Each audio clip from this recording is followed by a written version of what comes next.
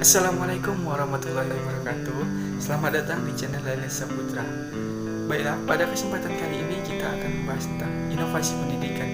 Langsung saja masuk ke materinya, yaitu inovasi kurikulum berbasis kompetensi dan inovasi kurikulum berbasis masyarakat.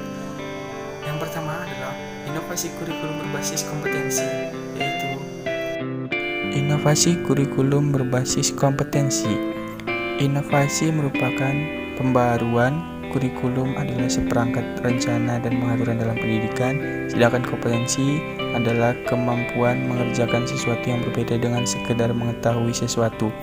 Jadi dapat disimpulkan inovasi kurikulum berbasis kompetensi adalah pembaruan perangkat rencana dalam pendidikan tentang kemampuan yang harus dicapai oleh peserta didik. Beberapa aspek yang harus terkandung dalam kompetensi sebagai berikut. Pertama, pengetahuan atau knowledge, yaitu pengetahuan untuk melakukan proses berpikir. Kedua, pemahaman, understanding, yaitu kedalaman kognitif dan afektif yang dimiliki individu. Ketiga, keterampilan atau skill, yaitu sesuatu yang dimiliki individu untuk melakukan tugas yang dibebankan. Keempat, yaitu nilai atau value, adalah suatu standar perilaku yang telah diyakini sehingga akan mewarnai dalam segala tindakannya. Kelima, sikap atau attitude, yaitu perasaan atau reaksi terhadap suatu rangsang yang datang dari luar, perasaan senang atau tidak senang terhadap suatu masalah. Karakteristik kurikulum berbasis kompetensi. 1. Menekankan pada ketercapaian kompetensi baik secara individual maupun klasikal. Intinya, sejumlah kompetensi yang harus dicapai siswa dan kompetensi inilah sebagai standar minimal atau kemampuan dasar. 2. Berorientasi pada hasil belajar dan keberagaman.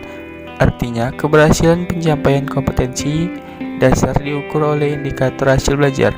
Indikator inilah yang dijadikan acuan kompetensi yang diharapkan. Proses pencapaian tentu saja bergantung pada kemampuan dan kecepatan yang berbeda setiap siswa. 3. Penyampaian dalam pembelajaran menggunakan pendekatan dan metode yang bervariasi sesuai dengan keberagaman siswa. 4. Sumber belajar bukan hanya guru, tetapi sumber belajar lain yang memenuhi unsur edukatif, artinya sesuai dengan perkembangan ilmu pengetahuan dan teknologi informasi. Guru berperan sebagai fasilitator untuk mempermudah siswa belajar dari berbagai macam sumber belajar. 5. Penilaian menekankan pada proses dan hasil belajar dalam upaya penguasaan atau pencapaian suatu kompetensi. Kurikulum ini menempatkan hasil dan proses belajar dua sisi yang sama penting. Asas pengembangan kurikulum berbasis kompetensi. Pertama, asas filosofis berkenaan dengan nilai yang berlaku di masyarakat. Dalam pengembangan kurikulum ini, filsafat sebagai sistem nilai menjadi sumber utama dalam merumuskan tujuan dan kebijakan pendidikan. Di Indonesia, sistem nilai yang berlaku adalah Pancasila, maka membentuk manusia yang Pancasilais sejati menjadi tujuan dan arah dari segala ikhtiar berbagai level dan jenis pendidikan. Kedua, asas psikologis berhubungan dengan aspek kejiwaan dan perkembangan peserta didik secara psikologis. Anak didik memiliki perbedaan baik minat, bakat maupun potensi yang dimilikinya. Dengan demikian, baik tujuan, isi maupun strategi pengembangan kurikulum ini harus memperhatikan kondisi tahapan-tahapan perkembangan dan psikologi belajar anak didik. Ketiga, pengembangan kurikulum ini didasarkan pada asas sosiologis dan teknologis. Hal ini berdasarkan pada asumsi bahwa sekolah berfungsi untuk mempersiapkan anak didik agar mereka dapat berperan aktif di masyarakat. Karena itu, kurikulum sebagai alat pedoman dalam proses pendidikan di sekolah harus relevan dengan kebutuhan dan tuntutan masyarakat. Implikasi kurikulum berbasis kompetensi. Pertama, pengembangan rancangan pembelajaran. Kegiatan pembelajaran dalam kurikulum ini diarahkan untuk menggali dan mengembangkan potensi yang dimiliki anak didik. Oleh karena itu, proses pembelajaran harus berorientasi pada siswa sebagai subjek, bukan sebagai objek pembelajaran. Kedua, pengembangan proses pembelajaran. Belajar itu sendiri bukan menumpuk ilmu, pengetahuan, akan tetapi merupakan proses perubahan perilaku melalui pengalaman belajar. Melalui pengalaman belajar itulah diharapkan terjadinya pengembangan berbagai aspek yang terdapat dalam individu masing-masing pembelajar.